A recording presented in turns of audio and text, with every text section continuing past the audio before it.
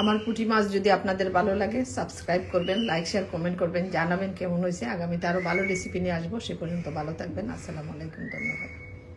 আসসালামু আলাইকুম প্রিয় দর্শক, কেমন আছেন আপনারা? আশা করি ভালো আছেন। আমি আপনাদের দোয়ায় ভালো আছি। আজকে আমি আরেকটি নতুন রেসিপি নিয়ে আসছি। পুঁটি মাছ হাতে মাখিয়ে রান্না করব সরিষার তেল দিয়ে। এখানে ধনেপাতা, কাঁচামরিচ, পেঁয়াজ, রসুন, হলুদ, মরিচ, ধনে এই জিনিসগুলো আছে। আর আমি বেশি কিছু দিব না, হাতে মাখিয়ে রান্নাটা করব। এগুলা দেশি পুঁটি, খেতে খুবই ভালো লাগবে। আসুন তাইলে আমরা রান্নাটা করে ফেলি। সে পর্যন্ত আমার সাথেই থাকবেন। পুঁটি মাছগুলো এখানে দিয়ে দিলাম।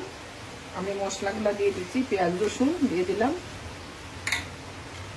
এখানে হাফ চামচ হলুদ, হাফ চামচ ধনে আর 1 চামচ মরিচ দিয়ে দিলাম। মরিচটা আমি একটু বেশি দিছি। আর দিয়ে দিব সরিষার তেল, লবণ, তারপর দিয়ে দিব সরিষার তেল, একটু লবণ দিয়ে দিলাম, দিয়ে দিচ্ছি সরিষার তেল। রান্নাটা খুবই দারুণ হবে। তেল আমি বেশি দিব না, খুব কম তেল দিয়ে রান্নাটা করব।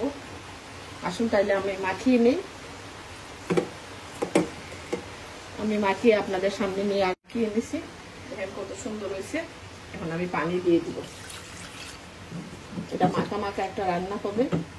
মাছ থেকেও কিছু পানি বের হবে।